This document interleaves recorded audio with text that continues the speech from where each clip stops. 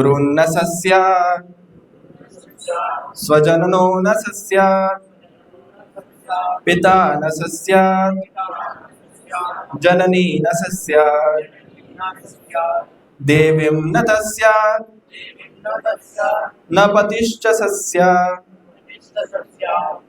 न मोचयेद्यः समुपेत मृत्युम्। अब एक साथ बोलने का प्रयास करिए। गुरुर्न स स्यात् स्वजनो न स स्यात् पिता न स स्यात् जननी न स स्यात् देवीं न तस्यात् न पतिंश्च स स्यात् न मोचयेद्यः समुपेत्य मृत्युम्।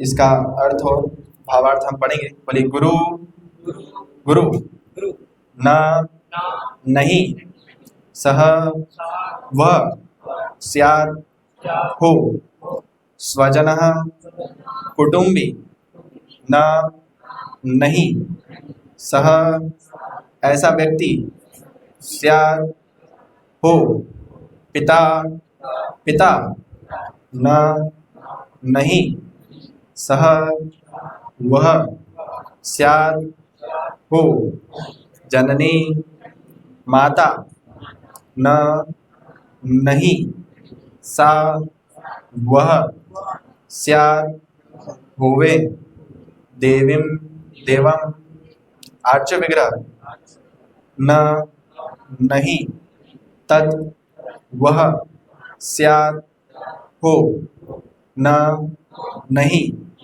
पति पति च भी सह वह स्यात् हो न नहीं मोचयेत् उभार सकता है यह जो समुपेत मृत्युम बारंबार जन्म मृत्यु के मार्ग पर अग्रसर होने वाले को। ये कितना अच्छा बोल रहे हैं। जो अपने आश्रित को बारंबार होने वाले जन्म मृत्यु के पद से उभार न सके उसे कभी भी गुरु पिता पति माता या आराध्य देव नहीं बनना चाहिए। कृपया एक बार और दोहराएंगे। जो अपने आश्रितों को बारंबार होने वाले जन्म मृत्यु के पद से उभार न सके उसे कभी भी गुरु पिता पति माता या आराध्य देव नहीं बनना चाहिए।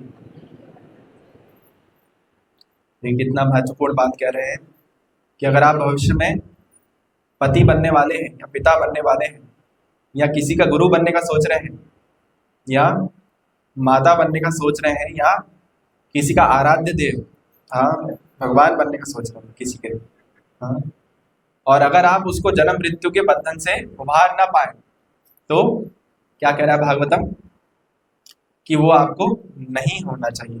मतलब वो कहलाता नहीं है। ऐसा नहीं कि जबरदस्ती बोले ये तो हमारी बच्चे आप ऐसा कैसे कह रहे हैं कि हम इसके ये हम इसके पिता नहीं है। भागवतम साफ साफ बोल रहा है आप उसके पिता बिल्कुल नहीं है। ओम नमो भगवते वासुदेवाय। ओम नमो भगवते वासुदेवाय। ओम नमो भगवते वासुदेवाय। ओम अज्ञानतिमिरान्धस्य ज्ञानाञ्जनशलाकया चक्षुरुन्मीलितं येन तस्मै श्रीगुरवे नमः। श्रीचैतन्यमनोभीष्टं स्थापितं येन भूतले स्वयं रूप कदा मह्यं ददाति स्वपदान्तिकं।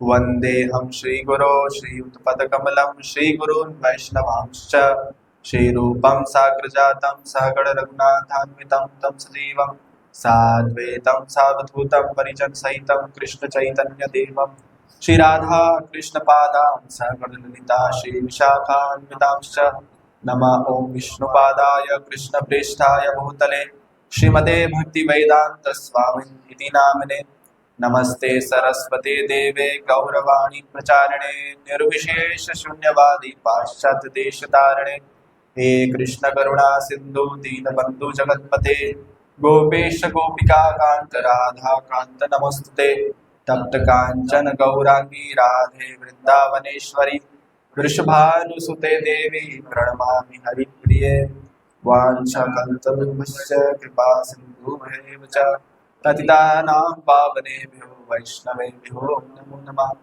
जय श्री कृष्ण चैतन्य प्रभु नित्यानंद श्री अद्वैत गदाधर शिवासादि गौर भक्तवृंद हरे कृष्णा कृष्णा कृष्णा हरे हरे हरे राम राम राम हरे हरे।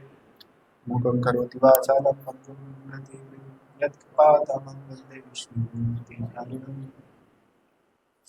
देखिए कितना अच्छा बोल रहे हैं। हम सोचते हैं कि हम क्या है, हमारे जो है कुछ बच्चे हैं और हमारे बच्चे हमारी बात नहीं मानते, तो बात मानेंगे कैसे? क्योंकि वो भगवान का उपदेश समझ गए हैं कि आप जो है उनके माता पिता नहीं है, क्योंकि आप उनको जन्म मृत्यु के चक्र से उभार नहीं सकते।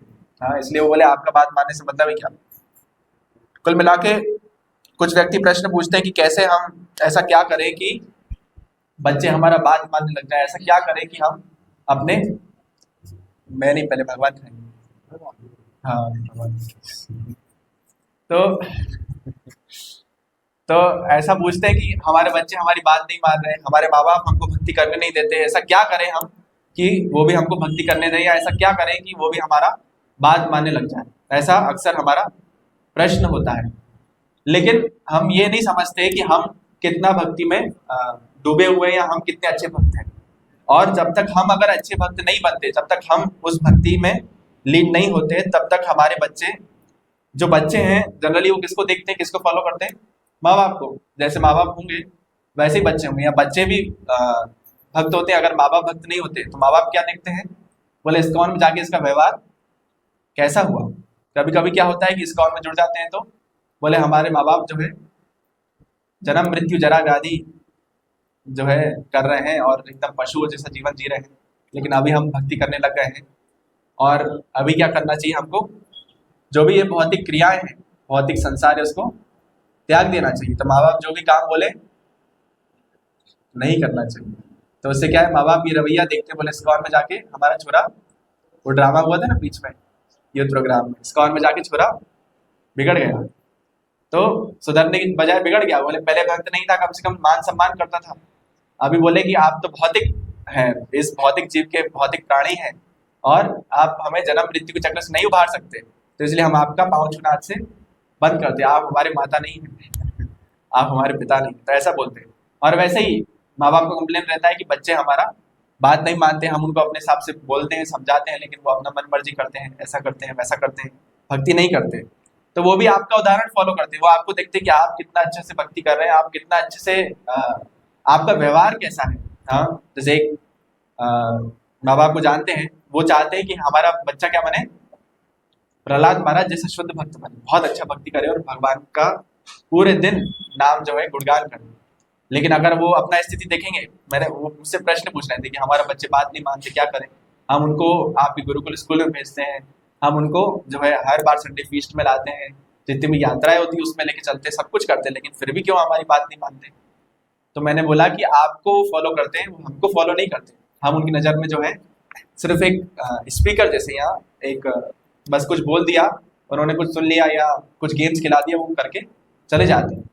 लेकिन घर पे अधिकतर समय वो आपके साथ रहते हैं, तो आप जैसा व्यवहार करते हैं, जैसा भक्ति करते हैं, वैसा वैसा क्या है वो देखते हैं और वैसा ही का वो पालन करते हैं। तो इसलिए यहाँ पे बोल रहे हैं कि जैसे कई बार क्या होता है कि हम प्रचार जब करते हैं और हमारे प्रचार से कुछ लोग आते हैं, कहाँ पे, मंदिर में आते हैं, तो हम क्या समझते हैं कि हम उनके गुरु हैं। देखो हमारी वजह से वो भक्ति कर पा रहे हैं, अगर हम नहीं लाते इसको इस्कॉन में तो पता नहीं कहाँ जो है भौतिक संसार में कष्ट भोग रहा होता। तो हम आए इसको लेके भौतिक इस्कॉन मंदिर में, तो हमारी वजह से जो है इसका पीड़ा कम हुआ है, तो हम क्या है, इसके गुरु हैं। तो छोटी छोटी बातों में उनको टोकने लग जाते हैं, अभी तक मैं इस्कॉन मंदिर नहीं पहुंचा या नहीं पहुंची, तुम कैसे पहुंचे मुझसे पहले। तुम कैसे क्या कर लिया, ऐसा क्यों कर लिया, मेरे बिना तुमने कैसे ये कर लिया, और ऐसा करके ऐसे भी उदाहरण बहुत सारे देखे गए। हाँ, मतलब एक बार इस्कॉन मंदिर में लाए तो फिर हमारे हिसाब से ही चलना चाहिए, नहीं चले तो बस फिर आप अलग हम अलग, बोले आप हमारा सम्मान नहीं करते।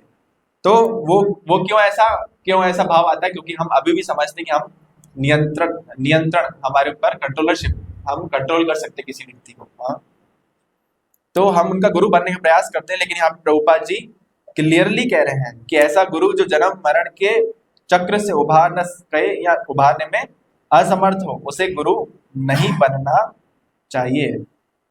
हम्म। तो ऐसा व्यक्ति जो जन्म और मरण के चक्र से उभार सके, उसको गुरु नहीं बनना चाहिए।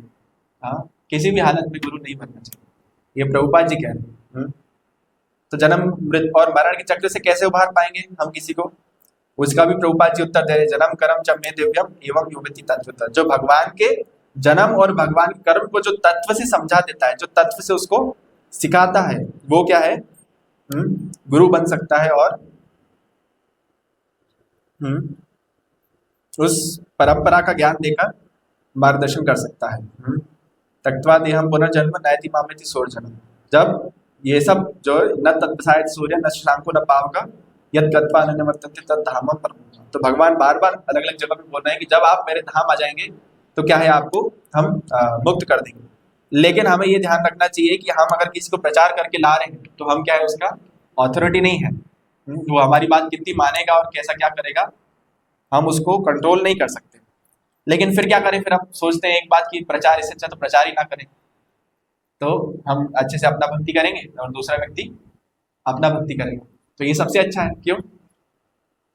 तो प्रभुपाद जी फिर बोलते हैं कि जो हम साधना करते हैं, चाहे बहुत सारा बुक रीडिंग करें, बहुत सारा माला करें और बहुत सारा श्रवण करें, जितना भी हम साधना करते हैं, अगर हम सेवा नहीं करेंगे, अगर हम प्रचार नहीं करेंगे, तो वो साधना जो है हमारा, हमने बहुत अच्छा सोयाबीन खा लिया, खजूर केला मिला के दूध मिला के बहुत अच्छा उसका शेक बना के पी लिया, और बहुत अच्छा और चने वगैरह उबले हुए खा लिए, और भी बहुत कुछ जो हाई प्रोटीन है सब कुछ ले लिया, और लेके बढ़िया बैठ गए ऐसे पलंग पे, बेड पे यूँ बढ़िया सो गए, क्योंकि हजम हो जाएगा वो। बोले प्रभु जी आपका वजन नहीं बढ़ रहा है, तो सब कुछ खाते जाता कहाँ है ऐसा पूछते ना कई बार।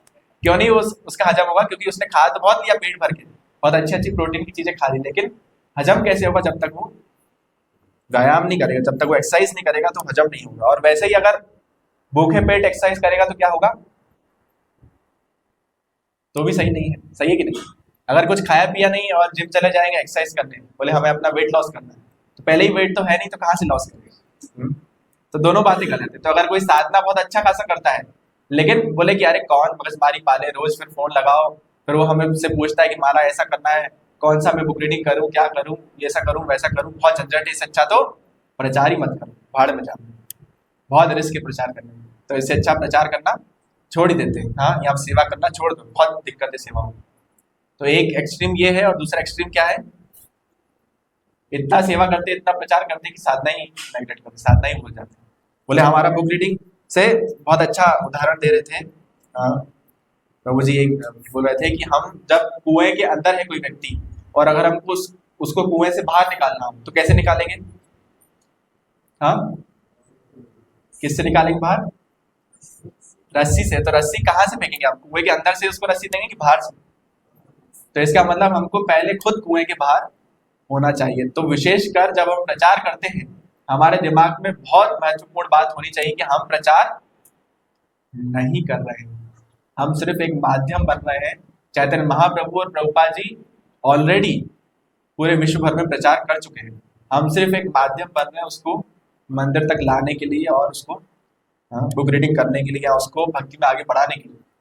हमें कभी भी ये नहीं सोचना चाहिए कि हम अब उनके गुरु बन गए, हम उनके पथ प्रदर्शक गुरु हैं, हम उनको पथ दिखा रहे हैं। आप किसकॉन जाइए, आप 12 बजे जाइए, समय से जाइए, बुक रीडिंग सेशन में आइए। इसका मतलब ये नहीं कि ये नहीं करना है, ये करना है, लेकिन साथ में ये भी हमको ध्यान रखना है कि हमारा कोई कंट्रोलरशिप नहीं है। अल्टीमेटली प्रभुपाद जी प्रचार कर रहे हैं अपनी किताबों के माध्यम से, हम सिर्फ क्या है, उनको बताने वाले हैं, उनको सिर्फ माध्यम बन रहे हैं उनका प्रचार करने के माध्यम से। तो यहाँ पे प्रभुपाद जी बोल रहे हैं कि ऐसे गुरु का परित्याग करना चाहिए जो हमें, जो जन्म मृत्यु के चक्र में उभारने में असमर्थ हो। और आगे क्या बोल रहे हैं? अच्छा, ये सुन के फिर ऐसा नहीं कि हम जज करने लग जाए कि अरे भैया, जो प्रामाणिक संप्रदाय में प्रामाणिक गुरु आ रहा है वो खुद को कभी भी गुरु नहीं समझता। हाँ, वो क्या समझते हैं? हम आपके दास हैं। जैसे भक्ति सिद्धांत सरस्वती ठाकुर क्या बोलते थे? अपने शिष्यों को बोलते थे, क्या बोलते थे? दासोस, मैं आपका दास हूं। क्यों बोलते थे ऐसा? हाँ, गुरु जो रहता है, कभी भी जो गुरु है वो ना ही खुद को भगवान बोलता है और ना ही खुद को गुरु बोलता है कि मैं आपका गुरु हूँ, आपको क्या करना चाहिए? मुझे प्रणाम करना चाहिए। ऐसा कोई कुछ नहीं बोलता। क्यों नहीं बोलते? क्योंकि हाँ, वो यही समझते कि हम आपके दास, हम आपके सेवक हैं, इसलिए तो वो गुरु के पद पर है। लेकिन ऐसा नहीं कि बोले ये तो गुरु नहीं है तो हमको क्या करना चाहिए? बोले ये तो बोल रहे हैं अरे गुरु नहीं है, पता नहीं उभार पाएंगे नहीं हमें, तो एक काम करते हैं, हम खुद का भक्ति अकेले घर में बैठ के करेंगे और खुद का उद्धार खुद ही करेंगे, किसी में भरोसा नहीं। ऐसा नहीं। हमें किसी को जज नहीं करना चाहिए। जैसे एक बार हुआ था एक मंदिर में, जो स्पीकर थे वो हाथ जोड़ के बोले बोले विनम्रता पूर्वक बोल रहे थे, बोले मेरी तो कोई योग्यता नहीं है कि मैं प्रवचन कर पाऊँ, दे पाऊँ, और मैं अभी शास्त्र को अध्ययन कर रहा हूँ और मेरी कोई योग्यता नहीं है, ऐसा बोले थे बार बार। तो एक व्यक्ति, नए नए व्यक्तियों की क्लास था, तो एक व्यक्ति उठ के खड़ा हो गया और बोले जिसका योग्यता है उसको बुलाइए ना, फिर आप क्यों दे रहे हैं? तो ऐसा नहीं, हमको सोचना चाहिए कि अरे हाँ, गुरु को फिर हम जज करने लग जाते कि अरे हमारे साथ जो गुरु है क्या वो हमारा उद्धार कर पाएंगे? ये तो अब संशय में डाल दिया प्रभु जी ने। तो भैया वो हमारा उद्धार कर रहे हैं ऑलरेडी, अभी तो हम भक्ति में लगे हुए हैं, नहीं तो कभी कब के छूट जाते पीछे। तो साधना और सेवा प्रचार जो है दोनों जरूरी है। और फिर आगे प्रभुपाद जी क्या बोल रहे हैं? हाँ, ऋषभ देव ने अपने पुत्रों को उपदेश दिया और इस दृष्टांत से वो कई घटनाएं बताती है। कौन कौन सी घटना को जिक्र किया प्रभुपाद जी ने? सबसे पहले बलि महाराज ने शुक्राचार्य, अभी पहले गुरु का बात कर रहे हैं। हाँ, तो बलि महाराज ने शुक्राचार्य का इसलिए परित्याग किया क्योंकि वे उन्हें जन्म मृत्यु के मरण के मार्ग से बचाने में असमर्थ थे। हम उसमें भी देखते ना, महाअवतार नरसिम्हा में, जब वो हिरण्यकश्यप को बोलता है कि ये तुम्हारे वर्चस्व का सवाल है, अब आपको क्या करना चाहिए? तपस्या करना चाहिए। तो फिर उसमें वो आदि लाइन्स वो क्या बोलते हैं? बोले गुरु का चयन करना बहुत जरूरी है। तो एक तरफ इंद्र के गुरु कौन थे? नारद मुनि थे, जो उसको सही रास्ता दिखा रहे थे। यद्यपि इंद्रदेव क्या कर रहे थे? कयादु को हरण करके जा रहे थे और उनके पेट में जो बच्चा था वो कहीं असुर ना बन जाए, तो उसको मारने वाले थे, गर्भ में ही उसको मारने वाले थे। लेकिन नारद मुनि ने क्या बोला? बोले इसको भक्त बनाना चाहिए, ये सबसे बड़ा भक्त बनेगा। और वैसे ही दूसरी तरफ शुक्राचार्य ने क्या किया? वो चाहते तो ये कह सकते थे कि ये भगवान विष्णु है, हमसे हम कभी जीत नहीं सकते, लेकिन वो क्या बोले? बोले ये कोई जादू या माया नहीं है, ये अब आपके वर्चस्व का सवाल है। तो ऐसा करके वो उसको गाइड किया और पूरा उनके अंत का कारण बने। तो वैसे ही यहाँ पे प्रभुपाद जी बोल रहे हैं, देखिए, लेकिन देखिए जो हिरण्यकश्यप है और हिरण्याक्ष, उन्होंने कभी भी शुक्राचार्य का त्याग नहीं किया। क्यों नहीं त्याग किया? क्योंकि उनको अपने गुरु पे भरोसा था कि वो इस भौतिक संसार में हमको ऊंचा उठाएंगे। हाँ, जन्म मृत्यु का चक्र तो उनको पता ही नहीं। बोले हम अमर हैं, अब जन्म मृत्यु का चक्र क्या मतलब है? तो वैसे ही बलि महाराज का बहुत सुंदर कथा आता है, हम सब जानते हैं कि जब देवी देवताओं ने अपने गुरु को नाराज कर दिया था, बृहस्पति को, और जो बलि महाराज जो है उन्होंने क्या किया? अपने गुरु को प्रसन्न कर दिया और उनके साथ मिलकर कई प्रकार के यज्ञ किए और अंततोगत्वा 100 अश्वमेध यज्ञ करके पूरा क्या किया? स्वर्ग पर चढ़ाई कर दी। और जैसे ही स्वर्ग पर चढ़ाई करी तो क्या कर दिया? पूरे स्वर्ग पर कब्जा कर दिया बलि महाराज ने। और उसके बाद फिर जब सारे देव देवता भगवान के पास गए कि अब आप हमारा मदद करिए, तो बलि महाराज का एक बहुत अच्छा गुण था कि वो देने में बहुत वो रखते थे, इसलिए बलि महाराज प्रसिद्ध भी थे। मतलब दान देना, विशेषकर ब्राह्मणों को, बहुत उनको अच्छा लगता था। तो एक दिन वैसे ही आया था कि बलि महाराज क्या किए? सबको बांट रहे थे। क्या बोल रहे थे? बोले आपको आज जो भी चाहिए, आज मैं तीनों लोगों का स्वामी बन गया। जो पृथ्वी से नीचे 7 लोग हैं, पृथ्वी के ऊपर जो 7 लोग हैं, और पृथ्वी, इन तीनों लोगों का मैं स्वामी बन गया हूँ। तो आपको जो भी चाहिए आज आप उससे मांग सकते हैं। तो ब्राह्मण अलग अलग चीजें मांग रहे थे। तो वहां पे एक और ब्राह्मण जो है वामन देव, भगवान का रूप धारण कर आए, और ऐसा कहा जाता है कि लक्ष्मी जी को छुपाने के लिए, क्योंकि उनका लक्ष्मी हरण करने आए थे ना, तो उन्होंने जो श्रीवत्स चिन्ह उनके छाती पर लक्ष्मी जी के पास से उन्होंने छुपा दिया ब्राह्मण के वेश से। और छाता लेके और कमंडल लेके चल रहे थे। तो फिर गए वो इनके पास, बलि महाराज के पास। बोले हमें भी कुछ चाहिए, आप सब ब्राह्मण को दे रहे हैं, हमें भी कुछ दीजिए। बोले आप मांगिए जो आप मांग सकते हैं, जितना आपका सामर्थ्य है उतना ऊंचा आप मांगिए। तो बोले हमारा सामर्थ्य ज्यादा कुछ नहीं है, लेकिन हम जो मांगेंगे हो सकता है वो आप दे भी ना पाएंगे।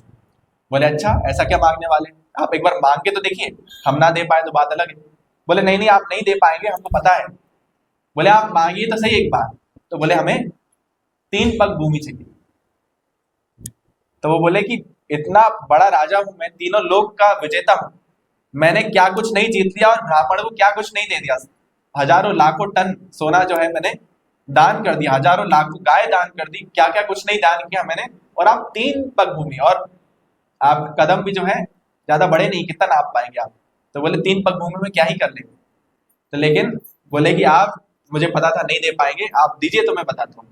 तो ऐसा करके उन्होंने एक में पूरा ऊपर का लोक, दूसरे में नीचे का लोक नाप लिया, और बोले कि अब बताइए आप कहाँ जाओगे, अब जो है आप बताइए कि क्या अब मैं नाप। तो बोले कि दान देने से बड़ा क्या होता है, दान देने वाला ज्यादा बड़ा होता है, दान जो देता है उससे बड़ा क्या होता है, जो दान देता है। तो आप तीसरा कदम मेरे ऊपर रखिए। तो जब ये बोल रहे थे तो तब, और उससे पहले से भी जब दान मांगने आ रहे थे, शुक्राचार्य बार बार जो है, जो गुरु थे उनके शुक्राचार्य, वो बार बार उनको वार्निंग दे रहे थे। किसको?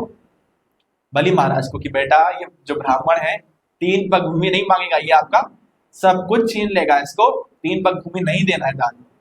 फिर जो बोले थोड़ा आगे बढ़े तो वापस बोले तीसरा कदम कहाँ पे रखूं। ऐसा करके उनको सबसे पहले तो बलि महाराज को बंदी बना दिया, पूरा एकदम बांध दिया। सोचिए, आप किसी के संपत्ति ले रहे हैं, उसको बेइज्जती कर दिया, और ऊपर से फिर उसको बांध के बोल रहे हैं कि भैया जल्दी दो, तीसरा कदम मैं कहाँ पे रखूं, जल्दी बताओ नहीं तो मार खाओगे। तो बोले आपने सब कुछ तो छीन लिया, आप कहाँ रखोगे। हाँ, तो इतना शरणागति था। लेकिन जैसे ही शुक्राचार्य बार बार बोले, बार बार रिपीटेडली बोलते रहे क्या, कि हम जो है ये भगवान है, आप इस पे इसको फॉलो मत करिए, इसको जो है अपना तीसरा पग रखने के लिए मत दीजिए। लेकिन उन्होंने शुक्राचार्य का बात नहीं सुना, उसको उनको तुरंत त्याग किया। तुरंत उनको त्याग किया, और उसके बाद क्या हुआ, उन्होंने तीसरा पग भगवान का अपने मस्तक पर रखा। और शरणागति, जो शरणागति के 6 लक्षण है, वो विशेषकर उसमें उदाहरण आता है बलि महाराज का, कि पूर्ण रूप से वो शरणागत हो गए। तो ऐसा इसमें आता है। तो हमारी दीक्षा में भी बताया जाता है, जो आईडीसी कोर्स करते हैं उनको पता होगा कि क्या बोलते हैं, कि गुरु का त्याग हम कब कर सकते हैं, जब वो अपने स्थान से हट जाता है।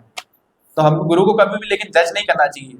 जब तक बोलते हैं कि 4 नियम और 16 माला का जप कर रहे हैं, जब तक वो प्रामाणिक संप्रदाय से जुड़े हुए हैं, तब तक वो हमारे गुरु है, तब तक वो क्या है, हमें ऐसा मान के चलना चाहिए। प्रभुपाद जी और चैतन्य महाप्रभु में दम है कि वो हमें जन्म मृत्यु के संसार से उभार दे।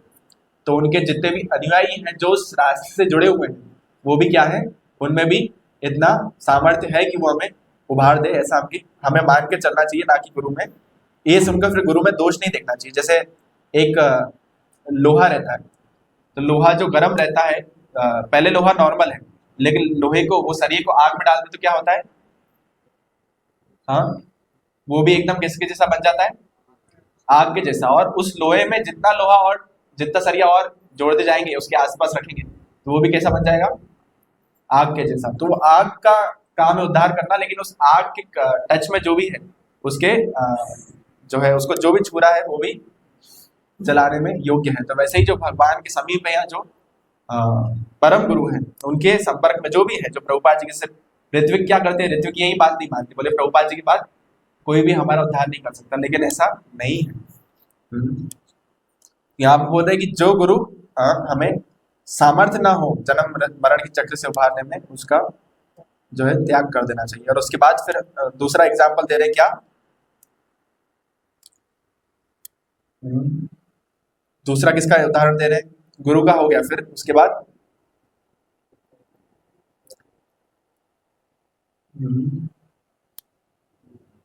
तो इसी प्रकार पिता, पिता का तो त्याग हमने देखा, किसने अपने पिता का त्याग किया, अभी हमने देखा कुछ समय पहले, प्रहलाद महाराज ने अपने पिता हिरण्यकश्यप का त्याग किया। क्यों त्याग किया, क्योंकि बोलते हैं ना, प्रहलाद, वो हिरण्यकश्यप बोले सब कुछ तुम्हारे लिए विष्णु ही है, मैं तुम्हारे लिए कुछ भी नहीं। हाँ, तो बोलते नहीं नहीं, हम आपसे भी प्रेम करते हैं।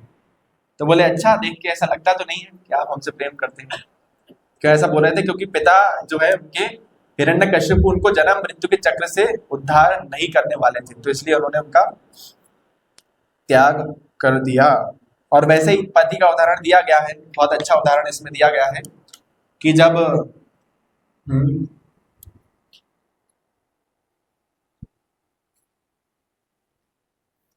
हाँ, जब भगवान कृष्ण अपने मित्रों के साथ गोचारण लीला कर रहे थे, तो क्या हुआ कि बलराम जी और उनके सखा विशेषकर मधुमंगल बोले कि अब थोड़ा भूख लगा है, तो थोड़ा क्या है कि हम एंजॉयमेंट कर लेते, थोड़ा प्रसाद वगैरह का व्यवस्था हो जाए, फीस्ट हो जाए थोड़ा, तो अच्छा रहेगा। तो अभी सुबह से हम गाय चरा रहे, लेकिन थोड़ा प्रसाद वगैरह हो जाएगा तो बहुत बढ़िया रहेगा। तो ऐसा तो बोला नहीं कृष्ण ने, बोला आसपास कोई ढाबा हो तो वहां चलते हैं। तो क्या बोले? बोले जो ब्राह्मण की पत्नियां हैं उनके पास आप जाइए, और ये ब्राह्मण यज्ञ कर रहे हैं। तो यज्ञ किसके लिए कर रहे हैं? बोले विष्णु के लिए। तो विष्णु कौन है?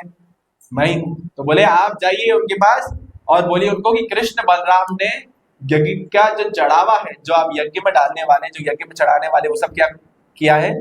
मंगवाया है। तो ऐसा आप ब्राह्मणों के पास जाके बोलिए, वो आपको देंगे। तो जो कृष्ण के जितने भी सखागण थे वो कहाँ गए? उस ब्राह्मणों के पास गए, लेकिन ब्राह्मणों ने ये बोल के भगा दिया, बोले ये सब यज्ञ के बाद मिलेगा, अभी आप हमें परेशान मत करिए।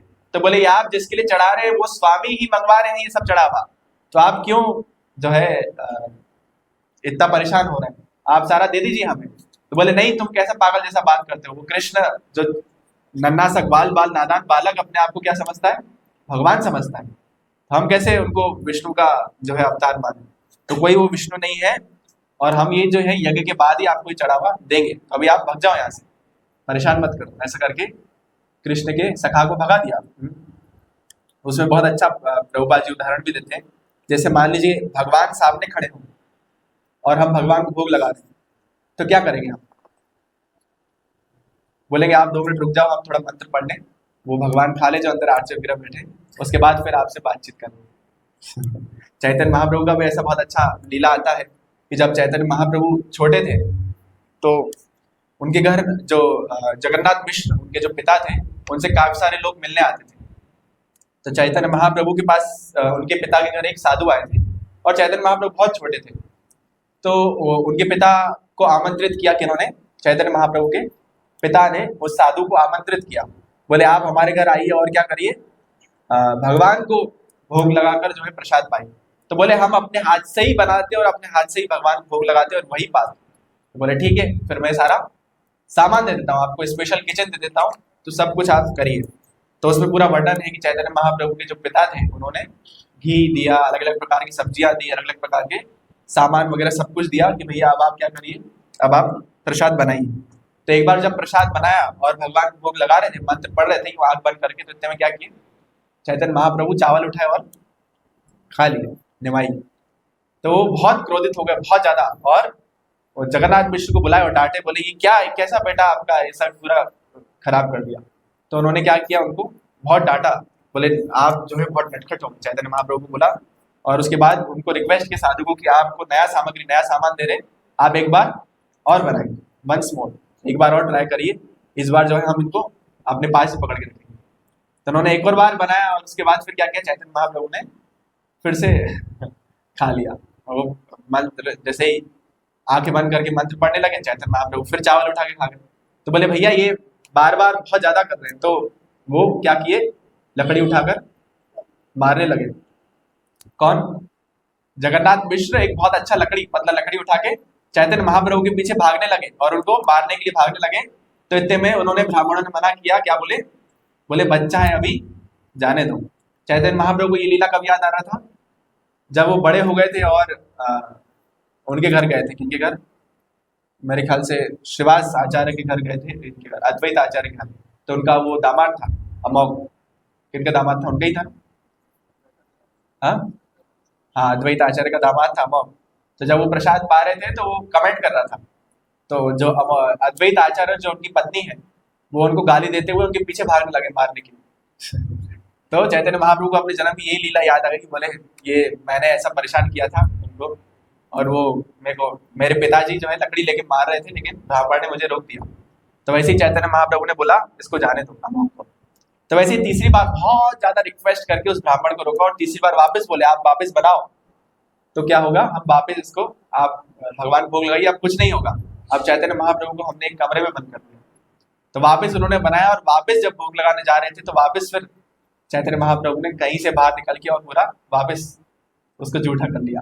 तो फिर बहुत ज्यादा गुस्सा होने ही वाले थे, इतने में क्या किया उन्होंने, अपना कृष्ण भगवान का जो द्विभुज रूप है वो दर्शन दिया उनको और बोले, फिर जब चैतन्य महाप्रभु का रूप वापस लिया तो बोले किसी को बताना मत, अगर आप किसी को बताएंगे तो मेरा जन्म जो है सार्थक नहीं हो पाएगा। हाँ, मेरे जन्म का उद्देश्य है कि मैं भक्त बनकर भक्ति कैसे करते हैं वो करना सिखाऊं। तो अगर लोग मुझे भी भगवान बनाने लग जाएंगे तो फिर मेरा पूजा करेंगे और मुझे भक्त नहीं मानेंगे। इसलिए चैतन्य महाप्रभु को कोई बोलते थे कि आप तो स्वयं कृष्ण है, स्वयं नारायण है, तो बोलते थे विष्णु विष्णु विष्णु, ऐसा करके कान पकड़ लेते, बोले ऐसा मत बोलो। तो वैसे ही यहाँ पे कृष्ण के सखागण मांगने गए ब्राह्मणों से कि भैया आप हमें क्या करिए, कृष्ण को भूख लगी है, कृष्ण बलराम को थोड़ा कुछ खाने को दे दो। तो बोले नहीं, यज्ञ के बाद मिलेगा। तो ऐसा करके कृष्ण को आगे बताया, बोले ये ब्राह्मण ऐसे हैं जो ऐसा हमको करके भगा दिया। बोले आप ब्राह्मण के पास गए क्यों, अब आप जाइए ब्राह्मण की पत्नियों के पास। जय द्विज पत्नी जय नाग कन्या का, जो द्विज पत्नी और नाग कन्या, जो नाग की पत्नियां थी, जो कालिया जब मारने आया था तो क्या हुआ था, कालिया को मार ही रहे थे भगवान, इतनी देर में क्या हुआ कि उनकी पत्नी आ गई और उन्होंने, आप कृष्ण बुक ही पढ़ेंगे, भागवतम तो दूर की बात, सिर्फ कृष्ण बुक ही पढ़ेंगे तो 5 से 10 पेज का कम से कम गुणगान किया किन्होंने, नाग पत्नियों ने। इतना गुणगान करना तो हम सोचना दूर की बात, हम आप खुद ही सोचिए, आप आते हैं हर संडे, भगवान के लिए कुछ लाते हैं कि नहीं, फूल और फल की बात नहीं कर रहा हूँ, मिठाई प्रभु जी लेकर आए वो तो ठीक है, लेकिन कुछ तो लाते होंगे भगवान के गुणगान के लिए। जब प्रणाम करते हैं, जब खड़े होते हैं तो क्या करते हैं, बोले बस भगवान ये पूरा कर दो, वो पूरा कर दो, ऐसा कर दो, वैसा कर दो, कुछ ऐसा मांगते हैं कि कुछ उनका गुणगान भी कर दो। हाँ, जैसे कुंती महारानी को देखिए, कुछ मांगते हैं, कुंती महारानी क्या मांगा, हाँ बोले हमें काफी सारे कष्ट आए, क्या मांग रही है, अपने लिए मांग रही है कष्ट आए, लेकिन वो कष्ट आए ऐसा नहीं बोला, हे कृष्ण मैं आपसे प्रार्थना करती हूँ कष्ट आए, हरे कृष्णा, ऐसा नहीं। पहले तो बहुत अच्छा गुणगान किया, कृष्णाय वासुदेवाय देवकी नंदनाय च, कमल, उनका नाभि कमल जैसा, उनका आंखें कमल जैसा है, इतना अच्छा गुणगान किया, फिर बीच में थोड़ा सा अपना प्रार्थना चिपकाया और फिर आखिरी में वापस अपना पूरा गुणगान किया। ये भागवत बताता है कि भगवान से अगर कुछ मांगना है तो कैसे मांगे, कैसे मांगे, हाथ जोड़ लिया और थोड़ा बहुत कुछ मांग लिया, बोले हमारा काम पूरा और जाके बैठ जाओ, ऐसा नहीं। अगर कुछ मांगना भी है तो बहुत अच्छा खासा भगवान का गुणगान करना पड़ेगा अलग अलग श्लोकों से, उसके बाद थोड़ा बहुत अपना इच्छा प्रकट करिए, उसके बाद वापस गुणगान करिए।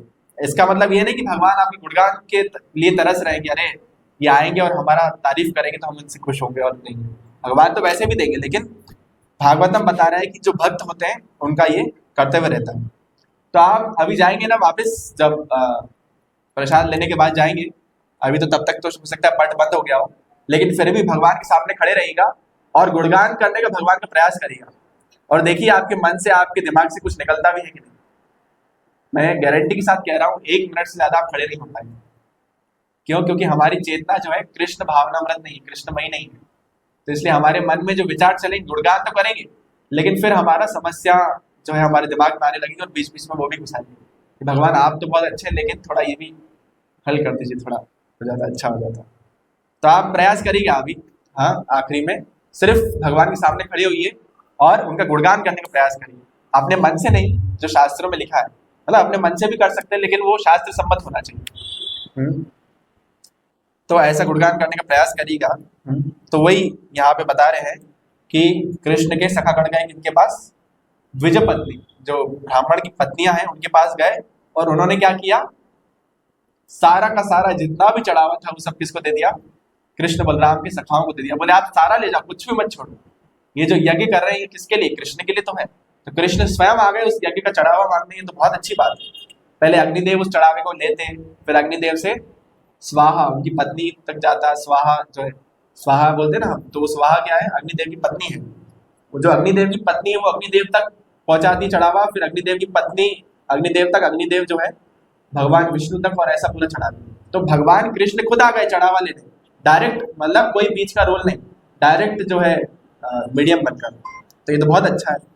तो फिर जो है उनके पतिदेव बहुत ज्यादा क्रोधित हो गए और बोले कि हमने यज्ञ नहीं किया, हमने इनको मना किया, लेकिन आपका इतना हिम्मत किया आपने दे दिया। तो उन्होंने क्या किया, बोले हम आपका परित्याग करते हैं क्योंकि आप कृष्ण का गुणगान नहीं करते, कृष्ण का सेवा नहीं करते। तो ऐसा करके क्या किया उन्होंने,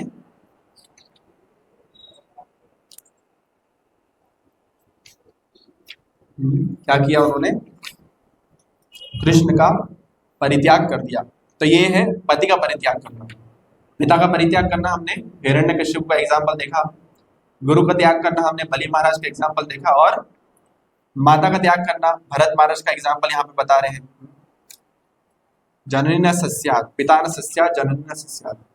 और वैसे आराध्य देव का, आराध्य देव भी हमने शुरू में देखा कि जो रक्षक अपने आप को कहते हैं, जो कंट्रोलरशिप जिसके पास रहता है, यदि वे ऐसा कर नहीं पाते तो वे अपने अवैधिक कर्मों के कारण भर्त्सना के सागर में डूबते हैं। तो प्रत्येक मनुष्य को चाहिए कि अपने आश्रितों का वैसा ही ध्यान रखें जैसा कि गुरु अपने शिष्य का या पिता अपने पुत्र का रखता है। ये सभी उत्तरदायित्व ठीक प्रकार से एक साथ तब तक नहीं निभाए जा सकते जब तक हम अपने आश्रितों को जन्म मरण के चक्र से उभार नहीं सकते। यहाँ पे बहुत अच्छा कह रहे हैं। अच्छा, एक बात बहुत अच्छी बोल रहे हैं, कौन, प्रभुपाद जी क्या बोल रहे हैं, बीच में हमने पढ़ा था, बहुत अच्छी बात बोल रहे हैं। क्या बोल रहे हैं, देखिए ध्यान से सुनिए। यहाँ पे बोले यद करोषि यद अश्नासी यद जुहुषि दासी यद तपस्यसि कौन्तेय तत् कुरुषस्व मदर्पणम्, कि जो तुम कुछ खाते हो, जो कुछ कर्म करते हो, जो कुछ यज्ञ करते हो, वो सब, जो कुछ दान करते हो, जो कुछ तपस्या करते हो, वो सब मुझे अर्पित करो। और प्रभुपाद जी बोल रहे हैं कि यही भक्ति है। अब हम सोचते हो, हम सोचेंगे फिर कि अगर हम अपने पिता होने का, या हम अगर अपने पति होने का, या हम अपने गुरु होने का, या हम अपने माता होने का कर्तव्य नहीं निभा पा रहे हैं तो फिर क्या करें?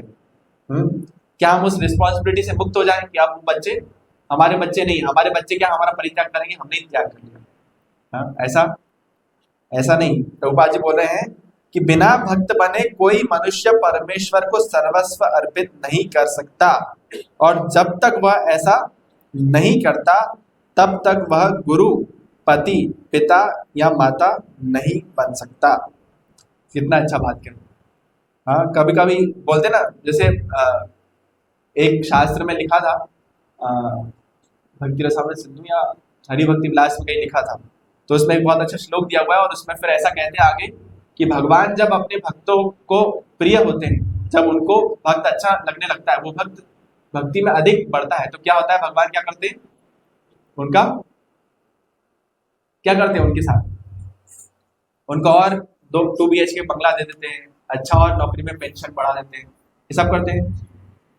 क्या करते हैं फिर, हाँ, धनम च मानम च तथेन्द्रियाणि प्राणश्च ऋत्वा मम सर्वं। तो उसका क्या कर लेते हैं, धन मान सम्मान, सबसे पहले धन छीनते हैं, तो फिर वो कहीं का नहीं रह जाता, उसके बाद मान सम्मान छीनते हैं, सब कुछ बोले अरे ये तो स्पॉन्ज जुड़ गए किसी काम में नहीं, अब हमारा बात नहीं सुनेंगे, इनको भाड़ में जानते, इनको अपने हिसाब से लगे रहते, तो मान सम्मान भी नहीं रहता उनका।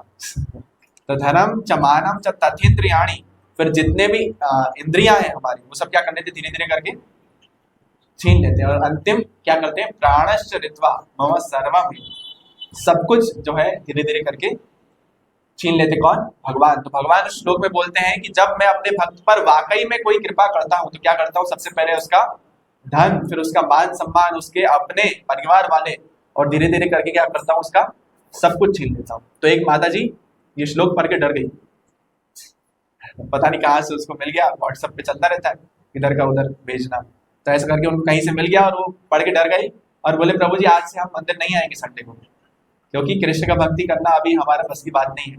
तो मैंने बोला ये उन व्यक्तियों पर कही जा रही है जो बहुत शरणागत भक्त हैं, जो भक्ति का परम अवस्था को प्राप्त किए हैं, जो बहुत अच्छे भक्त है भगवान के, और भगवान भी बोल रहे हैं कि अगर मैं किसी भक्त पे कृपा करता हूं तो भक्त की बात हो रही है यहाँ पे, माता जी आप क्यों घबरा रही, अभी तो आप 2 माला ही करती है। बोले नहीं फिर भी जो है रिस्क नहीं ले सकती अभी मेरे बच्चे छोटे हैं।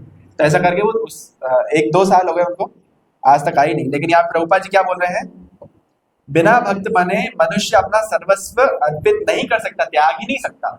ना ही एक तो पहली बात भगवान उस पर कृपा करते हैं, और भगवान अगर गलती से कृपा कर भी दे, थोड़ा बहुत उसका छीनने का प्रयास भी करे, तो भी क्या है, वो ऐसा मजबूती से पकड़ के रखता है कि उसको छोड़ता नहीं। क्यों? क्योंकि वो भक्त नहीं है अभी।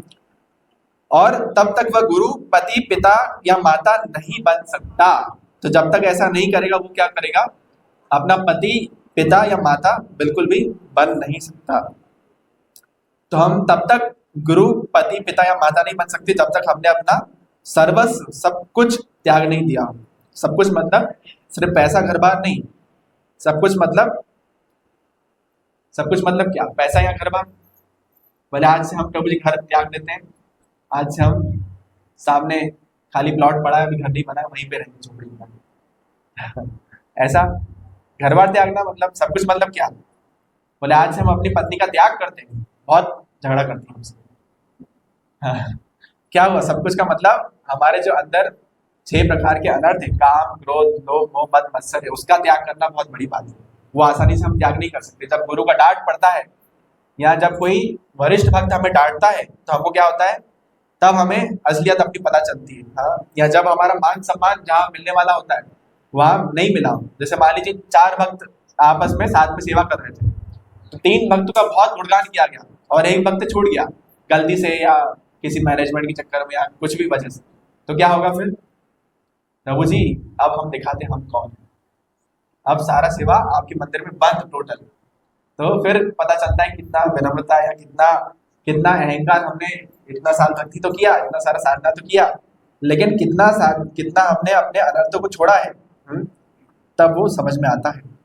तो सर्वस्व छोड़ना मतलब हमारा सर्वस्व, जितने भी अनर्थ है वो सब क्या है, उसको छोड़ देना। और जब तक हमारे हृदय में अनर्थ है, तब तक हमारे हृदय में कृष्ण नहीं आएंगे। प्रभु जी बहुत अच्छा बता रहे थे जबा टॉक में 2-3 दिन पहले।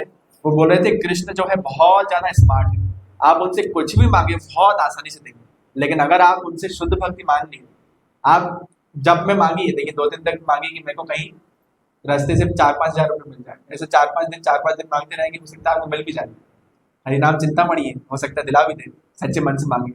लेकिन आप बोलिए कि हरिनाम में मुझे रुचि आ जाए, हो सकता है पूरा जीवन भर, पूरे जन्म, पता नहीं कितने जन्म मांगे तो भी बहुत मुश्किल से। आप बोलिए कि मुझे शुद्ध भक्ति प्रदान करें, आप बोलिए कि गुरु के शरण में, गुरु के चरणों के प्रति, हाँ क्या बोलते हैं, यही से उत्तम गति, श्री गुरु चरण रति यही से उत्तम गति। वो जो गुरु के चरणों में जो रति है, जो हमें उद्धार करने वाला है, उसके चरणों में बहुत प्रकार से रति जागृत हो जाए। जो वो आज्ञा दे, उनके गुरु मुख पद्म वाक्य चित्तते खोरैया आज्ञा। अभी हम कर पाते हैं क्या?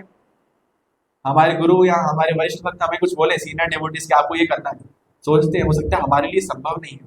प्रभु जी तो क्या है, कुछ भी बोलते रहते हैं, उन्होंने सब कुछ छोड़ छाड़ दिया है, और हम थोड़ी ना अभी छोड़े छाड़ दें। हम तो गृहस्थ हैं, उनको समझना चाहिए वो क्या कुछ भी बोलते रहते हैं, हमारे लिए संभव नहीं है करके अपना दिमाग लगाते हैं, उसको छोड़ देते हैं। क्यों? क्योंकि उनके जो वाक्य है उसको हम चित्त पे नहीं लगाए, उसको हम सिर्फ दिमाग में लगाए, और वहीं से ही एक कान से सुन के दूसरे कान से निकाल दिए, अपना दिमाग लगा दिया। यहाँ दिमाग में तो क्या, लेकिन साथ में अपना दिमाग भी लगा दिया। तो आप भगवान से मांगिए कि भैया आप हमको ये दे दीजिए, वो दे दीजिए, सब भगवान दे देंगे और बहुत आसानी से देंगे, जिससे आप इस भौतिक संसार में फंसे रहें। इसलिए चैंटिंग जब हम करते हैं तो हमको बहुत ज्यादा क्या होना चाहिए, सावधान, बंदो मोई सावधान बनते, बहुत ज्यादा सावधान होना चाहिए। क्यों? क्योंकि जो भी हम सोच रहे उस समय भगवान उस इच्छा को पूरा करते हैं, चाहे आध्यात्मिक इच्छा हो चाहे भौतिक इच्छा हो, उसको पूरा करते हैं। और अगर आप बार बार उसी बारे में सोचते हैं और आप चाहते हैं कि भगवान उसको पूरा कर दें, भगवान निसंदेह उसको पूरा करते हैं, और आप उस चक्र में अटक के रह जाते हैं। लेकिन क्यों कृष्ण स्मार्ट है? क्योंकि कृष्ण का एक बहुत अच्छा गुण है कि कृष्ण कभी भी कोई कंपटीशन पसंद नहीं करते। Krishna brooks no competitor, no competition. जैसे आप एक पानी बताशे का ठेला कोई लगा रहा है और उसका बहुत अच्छा चल रहा है, इतना चल रहा है कि ग्राहक आते जा रहे, लेकिन कुछ समय 1-2 महीने बाद दूसरा भी एक ठेला लग गया, तो उसको कैसा फील होगा? अच्छा लगेगा क्या? उसकी कमाई आपने कभी एक्सपीरियंस किया है? कभी एक जगह से जाओ तो इकट्ठे 4-5 पानी बताशे के ठेले लगे रहते हैं, लेकिन कुछ साल पहले देखा होगा तो एक ही बस होता, कुछ ऐसी गलियां रहती है, आप उनसे पूछोगे, बोले किराना वाला सबसे अच्छा कौन सा है? अरे आपको क्या पता, मैं क्या बताऊं, सिर्फ एक किराने वाला था और वो मैं था। अभी तो ये सब अभी अभी आए नए, हमारे सामने ही पैदा हुए हैं, और देखो वो उनसे ज्यादा अच्छा कर रहे हैं। जैसे कि हम एक बिल्डर के पास जाते हैं तो अपना बहुत गुणगान करते हैं। तो मुझे को पता है, बोले मेरे को 25 साल हो गए, सबसे बड़ा इंजीनियर, पहला इंजीनियर सागर का मैं ही था। लेकिन आप देखिए उनसे ज्यादा अच्छे अच्छे बिल्डर बहुत अच्छा अच्छा कर रहे हैं काम। तो क्या है कि वैसा ही लगता है। तो कृष्ण का साथ भी ऐसा ही है, बोले हम आपके हृदय में आएंगे, लेकिन एक शर्त पर आएंगे, क्या? कि आप मुझे ही सिर्फ अपने हृदय में स्थान देंगे और किसी को भी अपने हृदय में स्थान नहीं देंगे। जहाँ आप मेरे को भी देंगे और साथ में अहंकार को भी देंगे तो मैं छोड़ के चला जाऊंगा। तो यहाँ तो आप मुझे पूरा रिस्पॉन्सिबिलिटी और मुझे पूरा अथॉरिटी दीजिए कि भैया मैं आपके हृदय को साफ कर सकूं। लेकिन अगर आपको इच्छा नहीं है तो फिर आप क्या करिए, आराम से अपना जीवन गुजारिए, और जब आपकी इच्छा हो जाए तब आप मुझे याद करिएगा तो हम आपके हृदय में आ जाएंगे। हाँ, आप देखिए कभी प्रयास करिए, रोज हरि नाम से एक ही चीज मांगी थी, मुझे हरि नाम में रुचि आ जाए, मुझे हरि नाम से आसक्ति हो जाए, मुझे भगवान की कथा से रुचि हो जाए, मैं पूरा पूरा दिन बुक रीडिंग करते रहूँ, श्रवण करते रहूँ। भगवान बहुत मुश्किल से देंगे, हो सकता है एक आध दिन के लिए आ भी जाए, दूसरे दिन फिर चला जाएगा। भगवान ये बिल्कुल नहीं देंगे, मुश्किल से देंगे, बहुत मुश्किल से। और जब तक हमें ये नहीं मिलेगा, जब तक हम भक्त नहीं बनेंगे, तब तक हम अपना कुछ भी त्याग करना, कुछ भी गुरु का वाक्य का पूरा करना और ये सब करना बहुत मुश्किल है बिना भक्त बने। और जब तक हम भक्त नहीं बनते, यहाँ पर रूपा जी कह रहे हैं कि हम माता पिता गुरु पति नहीं बन सकते। तो इसलिए भक्ति विनोद ठाकुर क्या कहते हैं, जनक जननी दैत तनय प्रभु गुरु पति तुह सर्वमूल। आप क्या है? जनक, आप मेरे जन्म देने वाले पिता, और जननी कौन है? जनक जननी दैत तनय, मेरे बेटे भी आप हैं, दैत जो पालने वाले वो भी आप हैं, और प्रभु गुरु पति, प्रभु भी आप है मेरे, जो इसमें जो भी बातें बताई गई ना, इष्ट देव आराध्य देव, वो भी आप है, गुरु भी आप है, और पति भी आप है, सर्वमूल, आप ही सब कुछ मेरे प्राणनाथ। तो ऐसा अब हम कब मानेंगे? हाँ, कब मानेंगे? जब हम भक्ति में अग्रसर होंगे, जब हम ध्यान पूर्वक माला करेंगे, जब हम गुरु के आदेशों को एज इट इज पालन करने का प्रयास करेंगे बिना अपना दिमाग लगाए, तो धीरे धीरे हो सकता है कि हम भक्ति में आगे बढ़े, और आगे बढ़ने के कारण हमें ये सब प्राप्त हो। सो बहुत बहुत धन्यवाद।